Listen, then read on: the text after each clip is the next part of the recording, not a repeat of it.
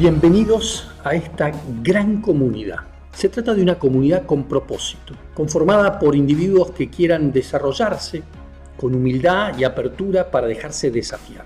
Personas que quieren, desde el ser, empoderarse en este mundo cambiante y complejo. Se trata de una comunidad que existe gracias a grandes empresas que ponen al talento y el bienestar en el centro, que han aprendido a dar sentido y significado a lo que hacen. Empresas que entendieron que las personas somos la organización y que el liderazgo se debe a las personas. Un liderazgo desde el ser al servicio de los demás. Te estamos invitando, si quieres formar parte de una conversación con sentido y humana. Estaremos contigo dando vida a una comunidad que se apoya y se sostiene todos juntos.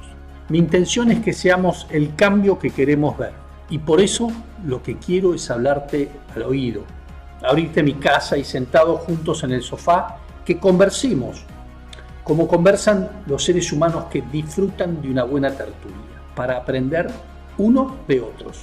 Estarán invitados siempre los últimos jueves de cada mes a la misma hora. Para eso nos acompaña Eva Cerrolás, querida amiga, mentora, coach y nuestra directora de I+D en Prestigio. Y en algunas ocasiones tendremos invitados que desean aportar y apoyar a esta comunidad. Claro que sí, Edu. Venimos a encender los corazones. Ojalá aceptes esta invitación. Si lo haces, vente a la conversación mensual con curiosidad y con conciencia. El liderazgo nos pertenece a todos. El cambio nos exige a todos. Pero no tenemos por qué hacerlo solos.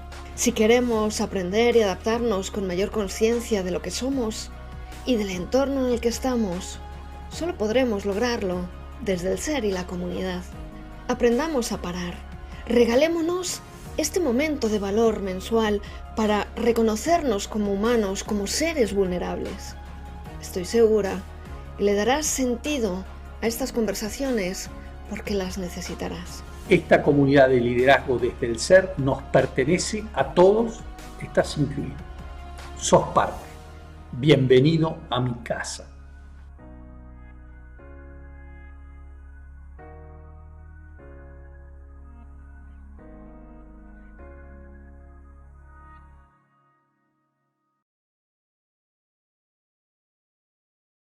Muy buenos días a todos, ¿cómo están? Espero que estés muy bien. Eva, bienvenida. ¿Cómo estás hoy desde Madrid? Claro que sí, Edu, expectante, deseosa de compartir contigo y con todos vosotros este espacio en este nuevo live que nos reúne para hablar de temas muy relevantes. Así es, así es. Estamos súper entusiasmados de este nuevo live para hablar de la felicidad en el trabajo. Pero me gustaría poder aprovechar para agradecer a todas las compañías que hacen esto posible y podemos verlas ahí en pantalla.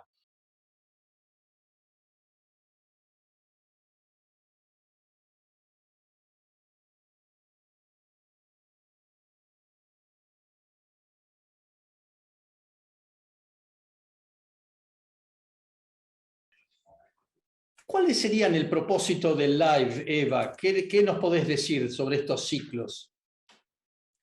Son ciclos destinados a varios objetivos. Primero, el pensar juntos sobre retos que la actualidad nos depara y que necesitamos liderazgos adaptativos para abordarlos.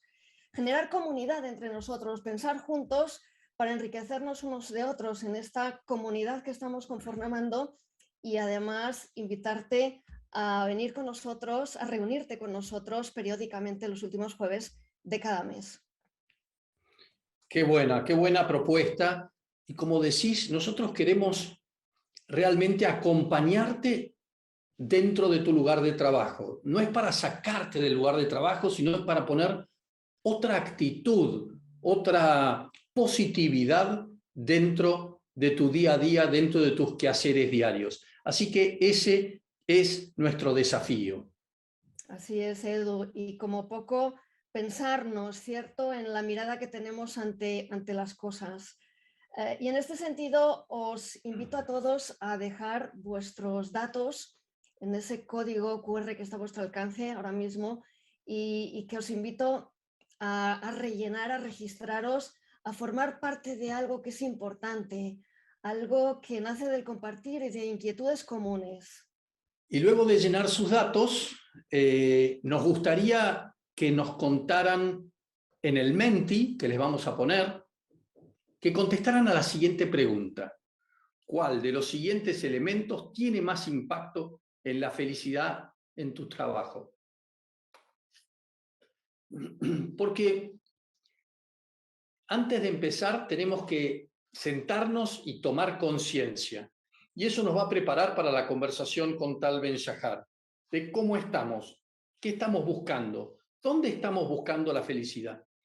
Y con Eva nosotros venimos trabajando hace mucho tiempo en entender las causas y cómo podemos colaborar para que cada uno de nosotros esté mejor. Y estando mejor, somos más productivos, somos felices.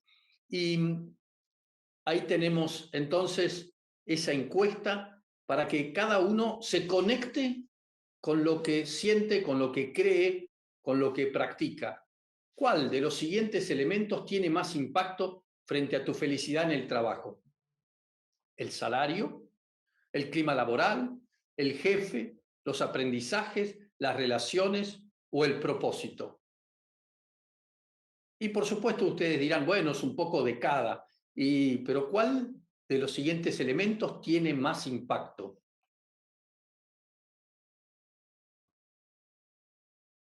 Para vos, Eva, ¿cuál de esos elementos tiene más? No, no lo podés decir todavía no.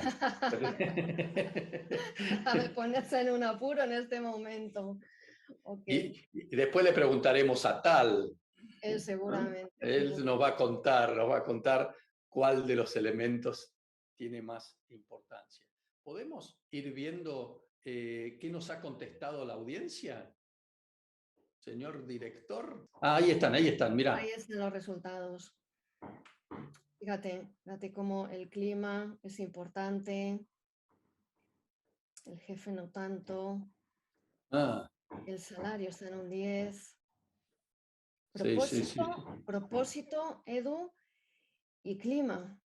¿Cómo nos afecta el darle sentido a las cosas y encontrarnos bien en ese entorno? Sí. De acuerdo. Muy interesante, muy interesante. Bueno, pero volvamos entonces.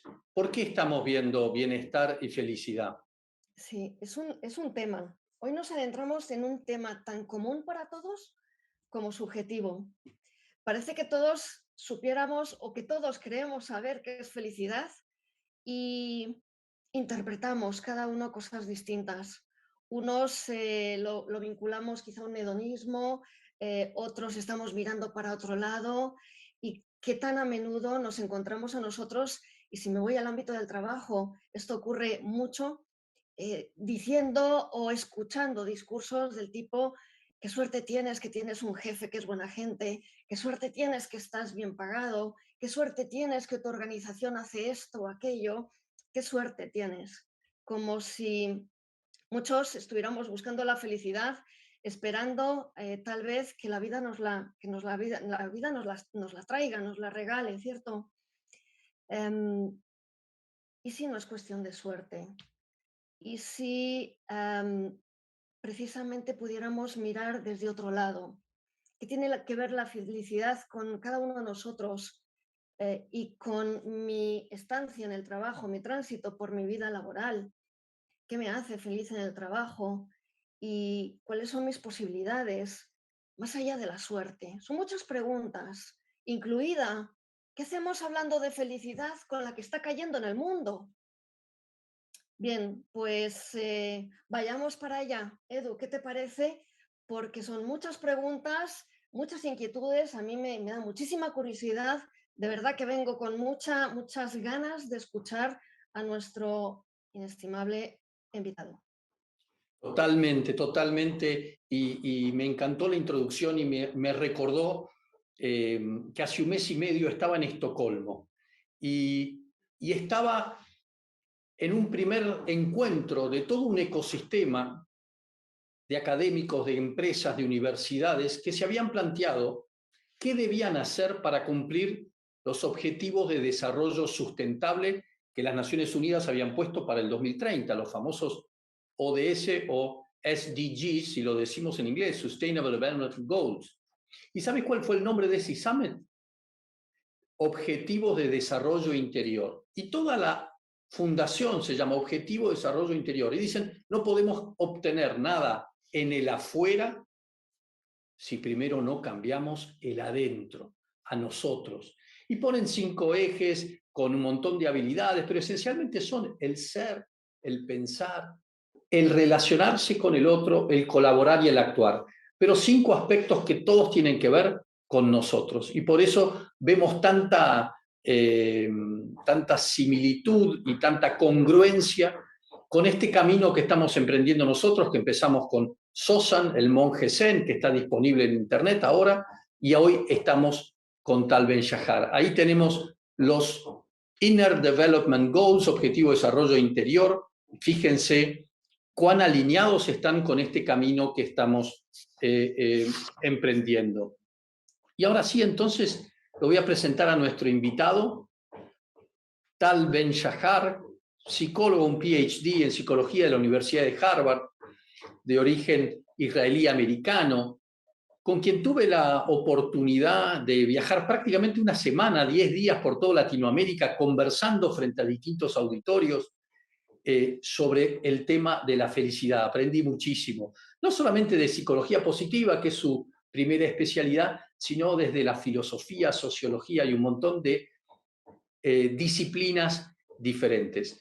Él empezó un primer curso de psicología positiva en Harvard con 3 o 4 o 5 alumnos el primer día de clases y terminó con más de 1.400 en lo que fue el curso más popular en la historia de Harvard.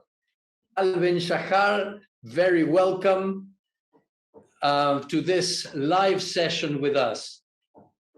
Les recuerdo, just sorry before I hand over the mic, a todos poder elegir la opción de traducción en inglés que está para que todos puedan escuchar la traducción.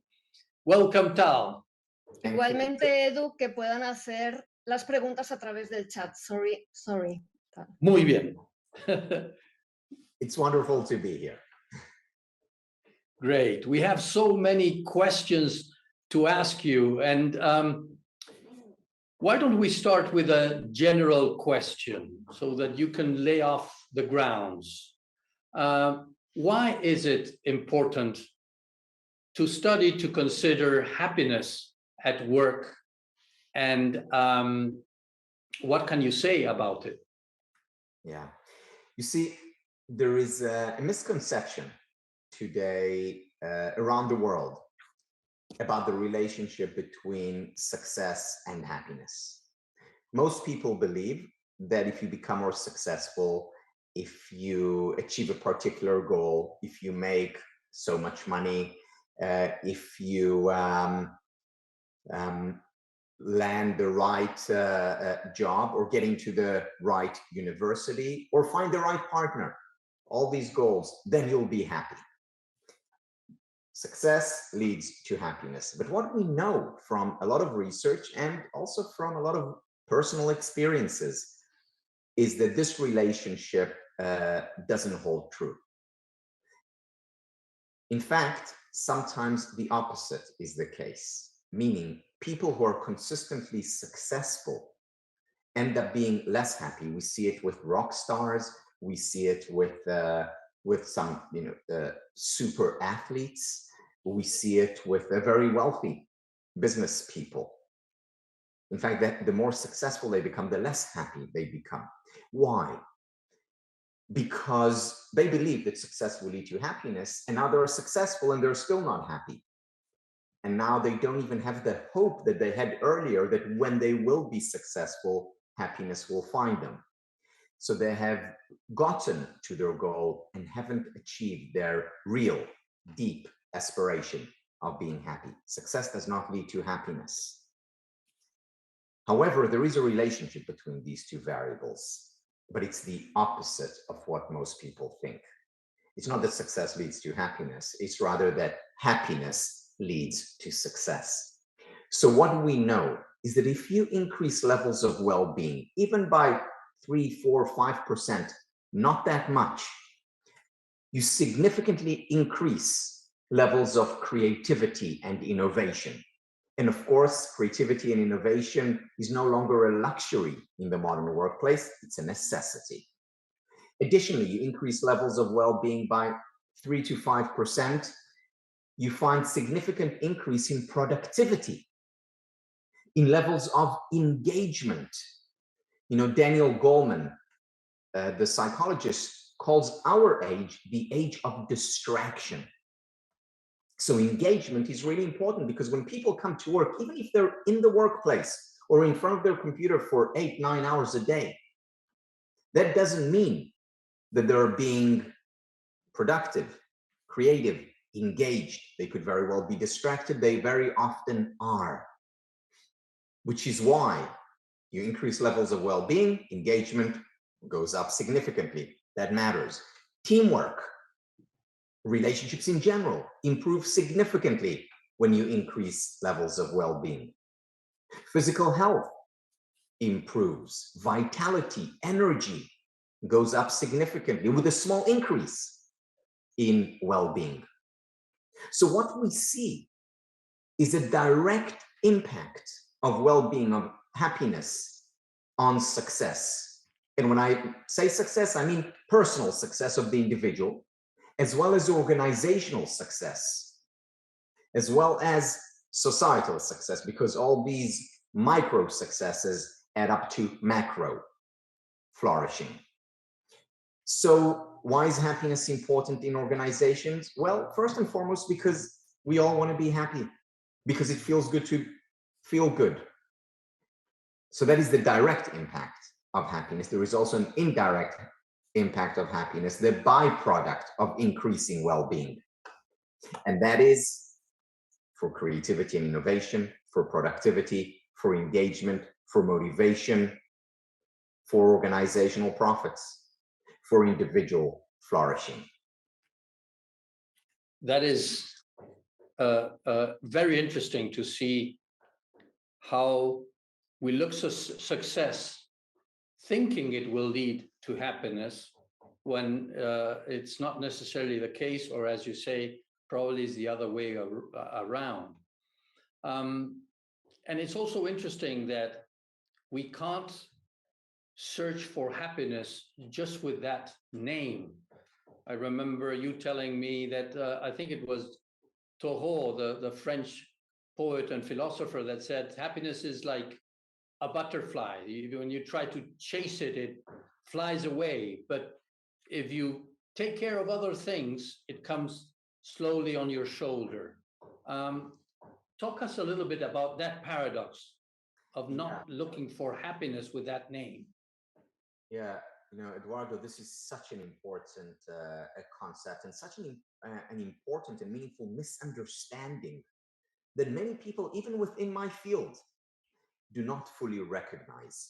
So what is the paradox? So on the one hand, I just spend a few minutes sharing with you the importance of happiness, of why you should pursue happiness, of how it will increase your creativity, productivity, will make you a better employee, will improve your relationships in the workplace, at home, will make you healthier, you will actually live longer.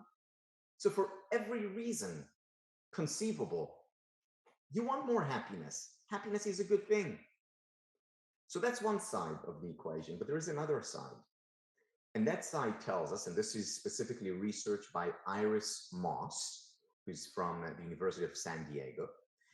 What she and her colleagues show is that people who value happiness, who wake up in the morning and say, I want to be happy, I want to pursue happiness for whatever reason, whether it's because you'll be more successful or because you just want to feel good. But people who wake up and value happiness and pursue happiness actually end up being less happy. Now that's a problem. Do we kid ourselves? Do we mislead ourselves and say something to the effect of, I really don't care about happiness. I'm not pursuing happiness, but then stealthily on the side, actually pursue happiness. I mean, self-deception is not the path to happiness.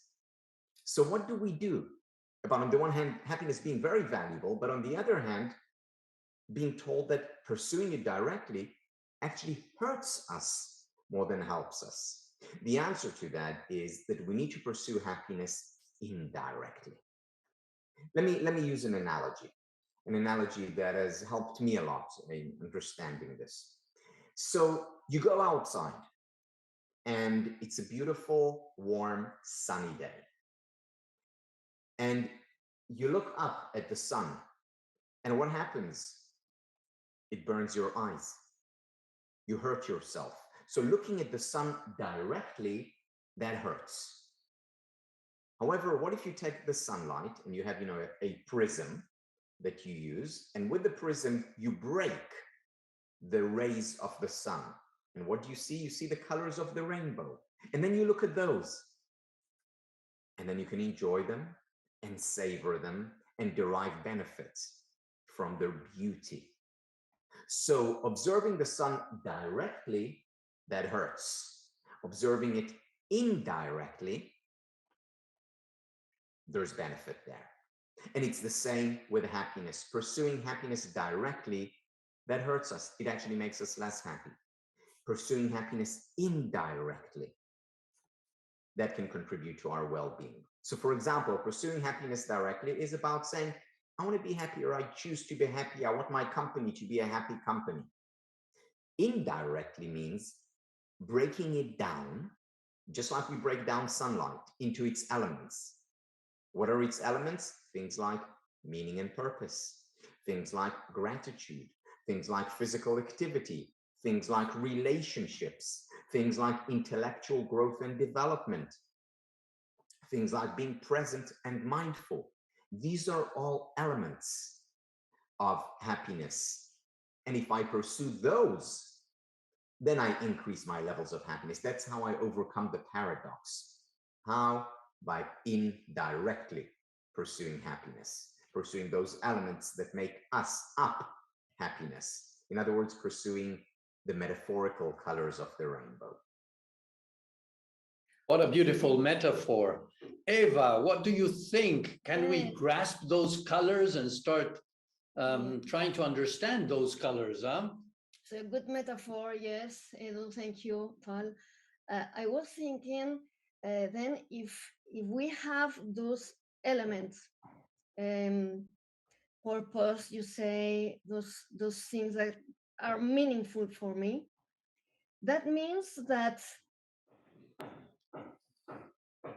it's attainable for me. I have a responsibility to my own happiness, isn't true? And what about the system of a company?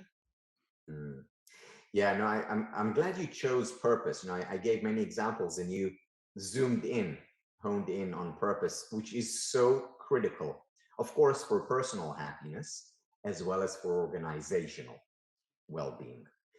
So one of the best ways to indirectly pursue happiness is to ask the question, what is meaningful to me? What is my purpose? Or to connect to the organizational purpose, which could be anything from saving lives to improving lives to oiling the wheels of the market, which improves lives. So however you connect to purpose, that's important, because that gets people up in the morning. And more than that, this is especially important during challenging times, such as the times we're going through today. So the philosopher Friedrich Nietzsche once remarked that when you have a why, you can overcome any how. When you have a why, you can overcome any how. In other words, when you have a sense of meaning and purpose, why do I wake up in the morning? Why am I working beyond the paycheck? Why am I doing what I'm doing? Then you have a reason for being. Then you can overcome any difficulty and hardship. In fact, what the research shows, you don't just overcome any difficulty and hardship, you actually grow stronger as a result of challenges with a strong sense of purpose. Okay. Purpose is definitely one of those colors of the rainbow. Another one that you mentioned is relationships, relationships at work, teamwork.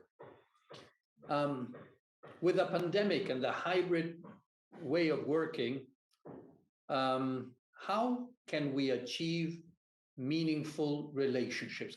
How can we do that at work? Yeah, Eduardo, you may recall when it seems like years ago. It was, I guess, 4 years ago, but the pandemic has distorted all time. When we worked together in a few companies in Latin America, we did the research on relationships, and we found that Latin America is the happiest region in the world.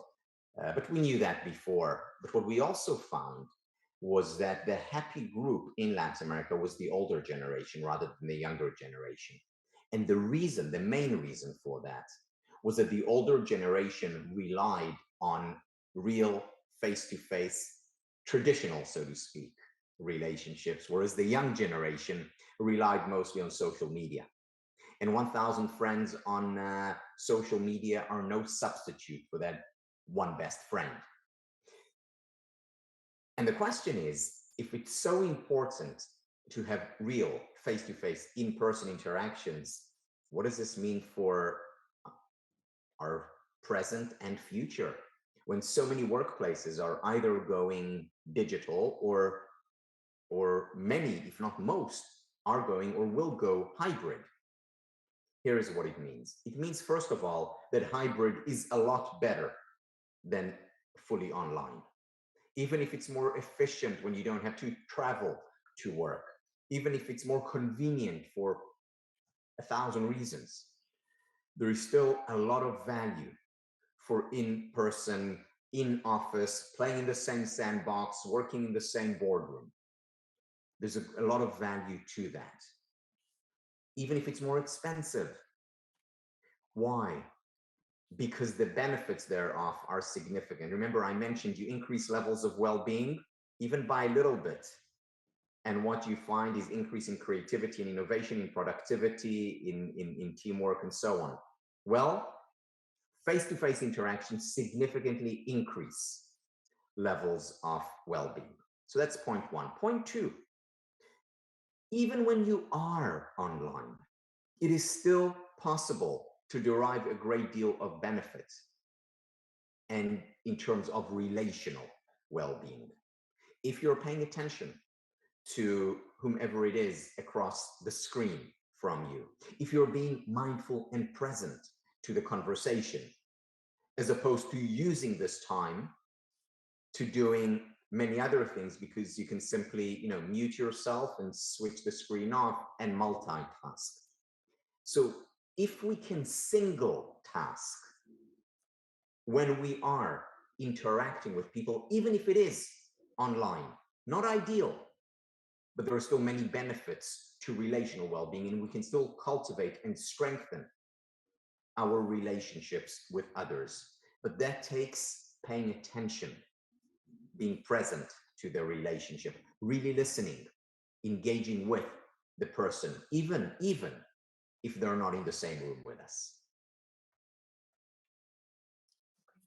To achieve that, would you recommend to have 10 minutes of open conversation before or after the scheduled meetings? Is there any tip to achieve that attention connection in the present with your teammates? Yes, so my recommendation would be to, first of all, be selective about who we meet with and how long we meet with. Because very often what can happen is that, we are on Zoom meetings for, 8 hours a day. No person, not even the Dalai Lama with his ability to focus can stay focused on other people via Zoom for 8 hours straight. Just not realistic. So we need to be more selective about how many meetings we attend. And when we attend, to have it part of our organizational social contract that when we're together, which means we single task. We're together now rather than multitask. Yeah, we're together, but at the same time, I'm doing other work. I'm doing my email. I'm taking care of things at home because I can. So even having less screen time, but higher quality screen time, that is certainly a way to go. In addition, if we only have online meetings, then we need to use that time also to socialize. Human beings are arguably before anything else social animals. We need that. And we know that organizations where there are strong social bonds, in these organizations perform better. We know that in these organizations, employees are far less likely to leave. So retention rates go up significantly, which is very significant today when we talk about the Great Resignation. So we need to put time aside to socialize, to get together, to get to know one another beyond just our thoughts on this product or this strategy or this client. And if that takes 10 minutes at the beginning and or 10 minutes at the end, then these are 10, 20 minutes that are very well spent. Maybe Tal, that's supposed to review our priorities in the team, in the organization, with time, with what is important for everybody, to put the whole being, the person in the middle of the work team, in the middle of the work time. Don't you think it's a great challenge? But actually, it's a great challenge, Eva, and it's not, it's not a nice to have. It's a must have. Why? Because when I speak with managers, with leaders, with organizations, I don't tell them the main purpose is to make your employees happy because it's moral. I think it is moral to increase levels of happiness, but that's not my primary argument to managers. My primary argument, it's a competitive advantage. My primary argument, if you want a successful organization, you must, again, not nice to have, must have, you must focus on the whole person, because the whole person comes to work. And 100 years ago, it was still, in theory, the whole person coming to work, but they would come in, and the most important thing was that they get their, $5 or 20 pesos, and they're happy. Because that's what they were looking for in the workplace. These were the expectations. Today, the expectations are very different. The Great Resignation, there's one reason behind it. Expectations have changed. And if we want to keep our best employees, and as Peter Drucker put it, our best employees are volunteers. We need to treat them as such. Because if we don't, they'll go and volunteer elsewhere. There's huge demand for top talent. So if an organization wants to maintain the top talent, they have to look at the person as a volunteer. And therefore, as you pointed out, Eva, they have to look at the whole person, not just a small part. It's very interesting because, as you say, expectations have changed, driven by the young generation, but now overall, driven by the pandemic, but now extended. And so companies that throughout the years only worried about productivity now have to take care about people's well-being and happiness. That will impact productivity, but indirectly. In this desire, some people, for whatever reasons, they don't want to go hybrid. And so there's a tension between what the company needs or expects and what the people expect. How do we bridge that gap? You know, the most important thing when you think about organizations and their employees is the right fit. It's not about this organization is the best place to work for everyone. Such organizations at least don't exist, or certainly don't exist at the very successful realms of organizations, because an organization that tries to please everyone is not an organization that will thrive and maybe not even survive for long. An organization needs to do what is right for their product, what is right for their vision, what is right for their strategy. And if the manager and the leader decides that this is in our organization, we want our people to be together, and we want them to be together 5 days a week, not just 2 days a week, then so be it. Then this is an organization decision, and then the organization will find people who fit into that value, into that decision. Because there's a lot to be said for being at work every day.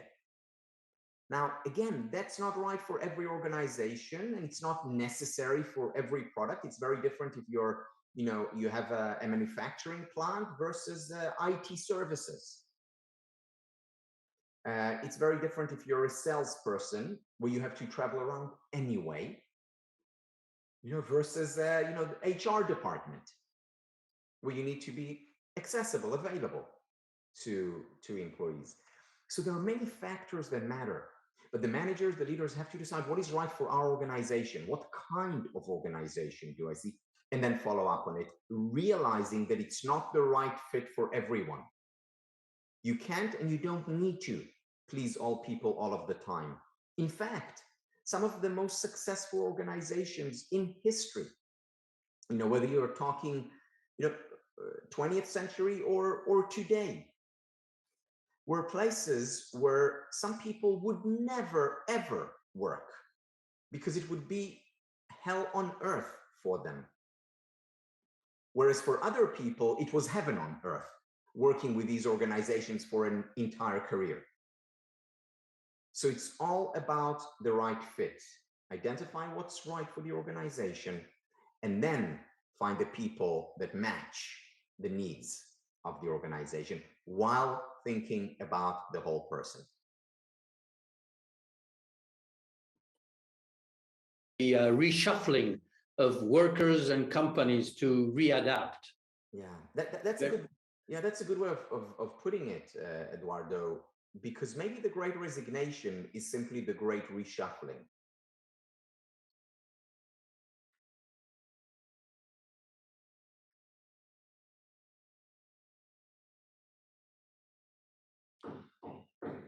What can we say to everyone that is watching us now to write down 2 or 3 things to start right away or tomorrow morning? Very specific, very small steps in the right direction. So I have to start with this, even though it's going off on a tangent. The first thing is, am I taking care of myself? And how can I better take care of myself? And by that, I mean, again, going back to the idea of the whole person. Am I exercising regularly? Am I getting enough rest? Do I have enough time with my loved ones, whether it's friends or family? Am I learning? Am I developing as an individual? So first of all, taking care of the self, because when we take care of the self, we better take care of others. Second, to reflect on, not just by ourselves, with others, whether it's with our fellow employees, whether with a coach, whether with our partner or friend, to reflect on where we want our organization to be 5 years from now, and then derive actual steps that we will take today.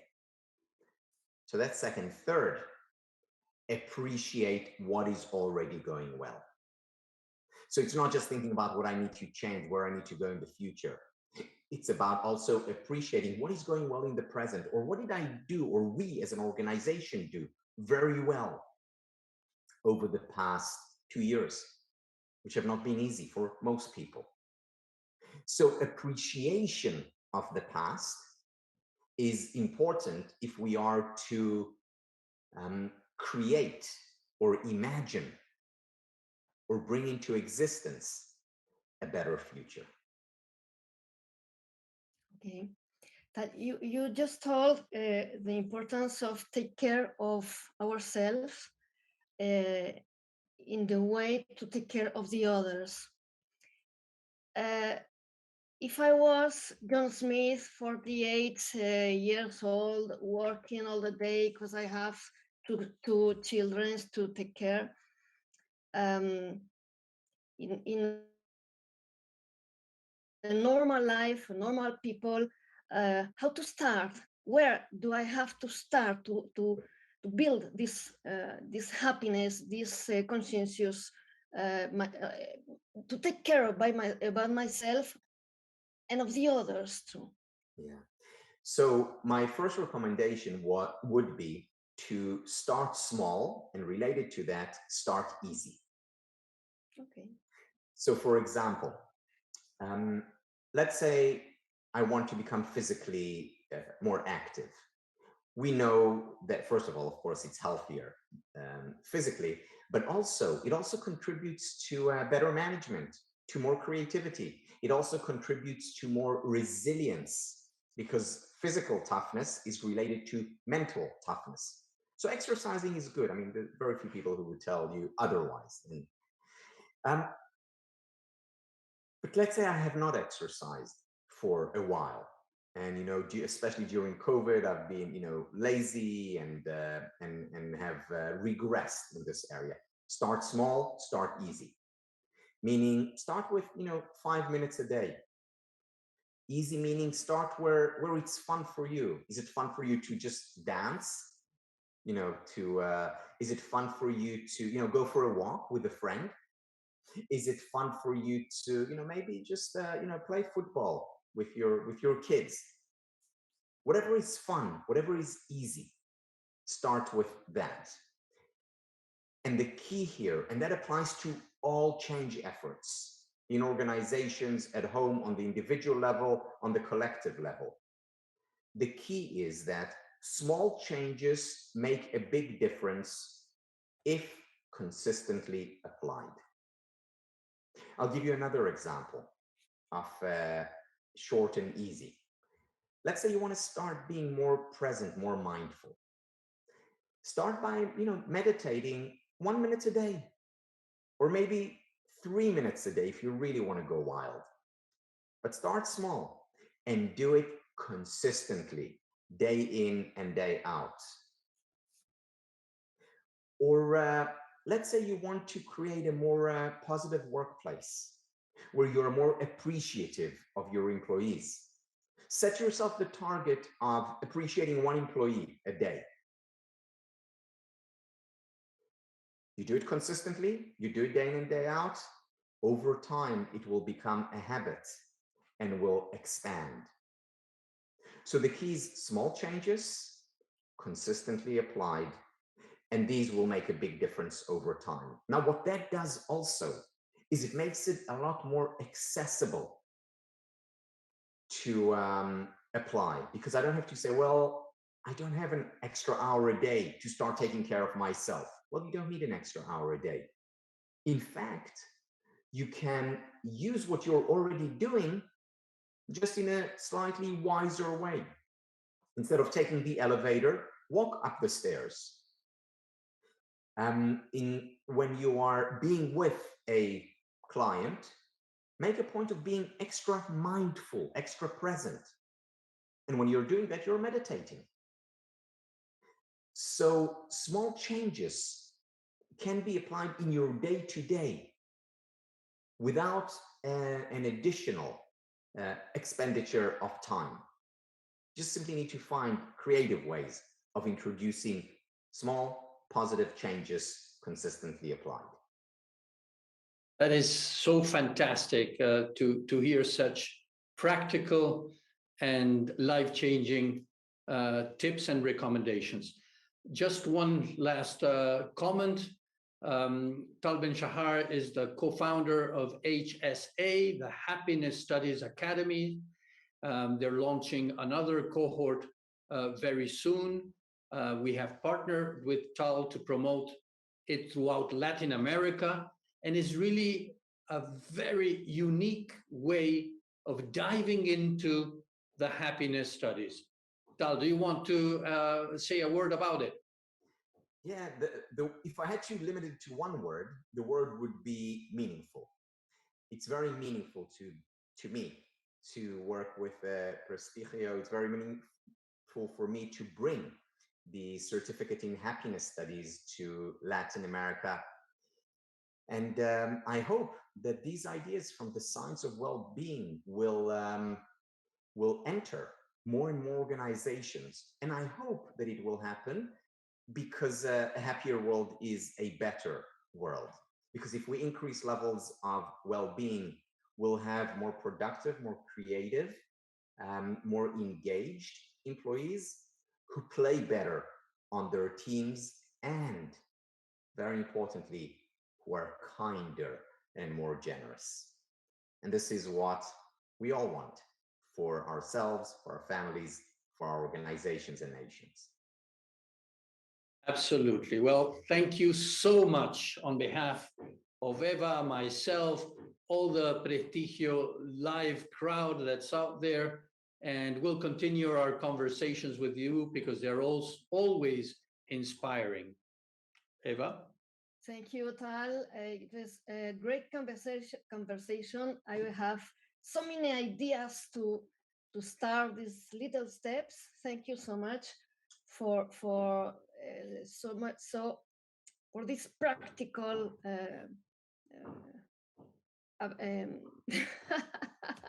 for these practical ideas and recommendations. Ideas. Yeah, thank you, Edu. You are so happy that you don't find the right words. Okay. Thank you very much, Tal. We say goodbye. Cheers. Bye-bye. Qué extraordinario, ¿no es cierto, Eva? Ahora podés volver al español y explayarte. Maravilloso. Estuvo buenísimo. Haciendo mis pequeños esfuerzos, parte también de este sentido que nos hablaba Tal Ben-Shahar. Y bueno, en el camino, equivocarse, olvidar o arriesgarse tiene riesgos y tiene consecuencias de las cuales, no sé si Edu compartes, esta construcción de la felicidad requiere también divertirse. ¿Estás de acuerdo? Totalmente, totalmente. Y yo creo que estas recomendaciones de Tal, pequeños pasos, pequeños momentos, el tomar conciencia, él nos decía el otro día cuando hablamos, que tomar conciencia de que la felicidad está en parte en nuestras manos, ya nos genera felicidad. La conciencia de asumirlo ya nos genera felicidad. Y a mí me gusta es cierto. desburocratizarla, desmitificarla, Edu. Exactamente. Es bajar a tierra, a nuestra realidad, la felicidad como algo práctico, identificable, alcanzable. Edu, que es que está en nuestra mano, es que podemos ponernos a trabajar con esos pequeños pasos de punto de arranque, desde la comprensión de qué nos hace felices, a nosotros, a los equipos y, por supuesto, a la organización. Me parece maravillosa y una buena noticia descubrir la felicidad tan concreto, ¿no? Con algo tan concreto. Hagamos una cosa, tenemos algunos minutitos. Yo elijo una cosa que me llamó la atención, que me sorprendió, tú eliges una, y así hacemos en 1 minuto, 30 segundos, una pequeña recopilación, una cada uno, así la compartimos entre toda la audiencia Prestigio Live. ¿Te parece? Bueno, yo empiezo con esta idea de el rainbow, el arco iris, no encontraba la palabra en español. Sabía que ibas El por arco ahí, iris. sabía que ibas a ir por ahí. que, que, que, que la felicidad como un gran rayo de sol no se puede mirar a los ojos, sino descomponerla en colores, y como soy artista de acuarela, me gusta la idea de los colores, e ir pintándola con pequeñas cosas. Ir pintándola con pequeñas cosas. A ti. Igual como la luz, un poquito en esa misma metáfora, el cómo un rayo en un prisma se divide en distintas luces, ¿no? Que son esos ámbitos tan concretos que nos ha apuntado Tal Ben-Shahar y que dan luz en ese aprendizaje de nuestra propia felicidad. Me queda muy resonando la diferencia entre éxito y felicidad. Sí. Esa cultura cortoplacista y de medirnos por éxitos, ¿cierto? Sin importar el camino, cuando quizá es en ese camino donde la felicidad ocurre, donde la podemos construir. Me contaba Tal Ben-Shahar en su momento que un estudio de Harvard, de graduados de Harvard, había hecho 10 años después de la graduación, había preguntado a esos graduados si habían obtenido lo que querían. Y el resultado dio una buena y una mala noticia. La buena noticia era que habían logrado lo que querían, que era fama, dinero, progresión, carrera. La mala noticia, que no los había llevado a la happiness, me sale, a la felicidad que estaba embebida, que ellos creían que traía. Y esa es la misma paradoja que trajo Tal, ¿no? El éxito nos lleva a la felicidad. Y lo que hace En cambio, es... fíjate cómo nos ha Sí, apuntado a algo. Perdona, Edu, sí, tal vez dale. estaba en el mute. Te decía que así como hace esa distinción que nos retroalimentas, nos pone a mirar al sentido, al propósito, algo que tenga sentido para nosotros. Eso es sencillo, es muy nuestro y es poderoso, ¿no te parece? Totalmente. Y nos preguntaban aquí la audiencia si el propósito en una empresa lo tenemos que discutir entre todos, la hace el propio equipo. ¿Tú qué crees, Eva? Yo tengo mi idea, pero ¿vos qué pensás? Yo creo que, y te hablo si acaso desde experiencia de trabajo con equipos, em, cada persona tiene su propio sentido de vida, ¿cierto? Puede buscarlo, puede ser buscador de eso que tenga sentido. En una organización entramos a pertenecer a un sistema que tendrá también su misión, visión, su propio propósito y nos corresponde hacer una alineación, el poner esa conversación sobre la mesa, qué rico en el equipo, el poder hablarnos en términos de qué tiene sentido de cuál es el sentido de lo que estamos haciendo, el para qué el equipo se conforma, que pudiéramos conectarnos desde lo personal, pero también a la vez desde lo organizacional. Totalmente. Y como también Tal mencionó en algún momento, es tratar de encontrar el propósito que nuestras empresas están aspirando. Porque una empresa puede vender un producto, pero ese producto tiene un propósito. En un banco, por ejemplo, nosotros apoyamos la construcción de sueños, porque uno cuando va a un banco a pedir un crédito es para poner una cuna al bebé que llega o para pintar una casa o cambiar un auto. Siempre hay un sueño atrás de un crédito, pero tenemos que conectar como empleados, como miembros de equipos, con el propósito de nuestras organizaciones. Y eso solo, de vuelta, como vos decís, alinearlo con el propio. Alguna vez, luego de una conferencia, esto era en Bolivia, una persona se acercó y me dijo muchas gracias, porque había hablado de las personas primero y las personas en el centro y el propósito, y me dijo muchas gracias, ahora ya sé que me tengo que ir de esta compañía. Y eso también creo que vale. Uno alinea, y si uno es un ambientalista no puede trabajar en una compañía de tabaco. Y es parte de ese gran renuncia y gran realineación que hablábamos con Tal. Eso, Edu, nos lleva a revisar o sí, a explorar nuestro propio diálogo interior de, como decía él, quiénes somos, ¿no? Cuáles son nuestros valores a nivel personal y a nivel organizacional, esos principios que rigen lo que es correcto o no es correcto, por los cuales estamos de alguna manera organizando el propio sistema. Y en esas cualidades reconocer nuestras propias habilidades, los talentos, más que las carencias, ¿no? En esta vinculación con la psicología positiva. Y de ahí, fíjate cómo nos hablaba Tal del cuidarnos a nosotros mismos, en esos talentos, en esas cualidades, en esa autoconsciencia, para desde ahí entregar también a los demás. Totalmente, totalmente.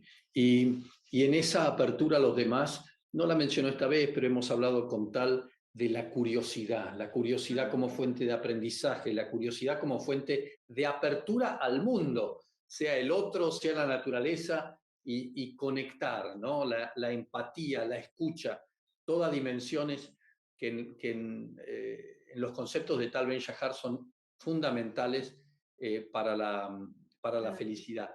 Él tiene un acrónimo, lo puedo. Sí. Y tirando del hilo de las luces que decías, Edu, uno de esos colores bien podría ser la comunicación, de la que sí hemos hablado, ¿cierto? Cómo la comunicación articula todo esto. Exactamente. Y la comunicación entendida como la capacidad de hablar desde el corazón, es decir, con autenticidad, es algo que también Tal hace mucho hincapié para conectarse con uno mismo, y eso te permite conectar con el otro. Con autenticidad podés también escuchar con el corazón en la mano, con empatía, a ver dónde está, no solo qué piensa, sino qué siente el otro cuando habla. Y pensando también en muchos discursos que he escuchado, la pregunta podría ser, ¿pero yo para qué necesito todo esto? Puesto en esa inercia de los resultados, de los KPIs, etcétera, etcétera. Qué bueno entender, porque lo ha dicho clarísimo desde el principio Tal, qué bueno entender que el éxito o que los resultados, que la felicidad es indirecta y que es la felicidad lo que da lugar a mejores rendimientos y resultados y no al revés.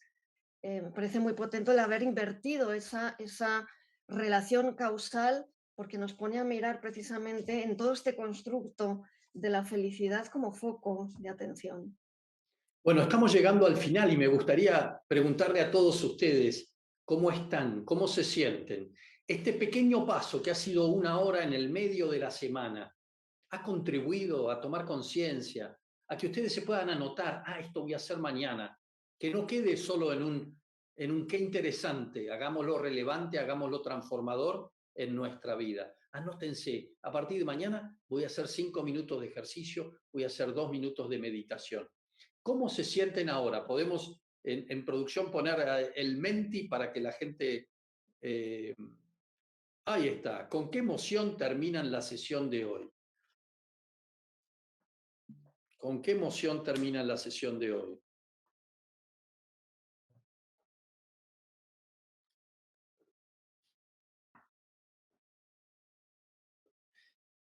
A ver.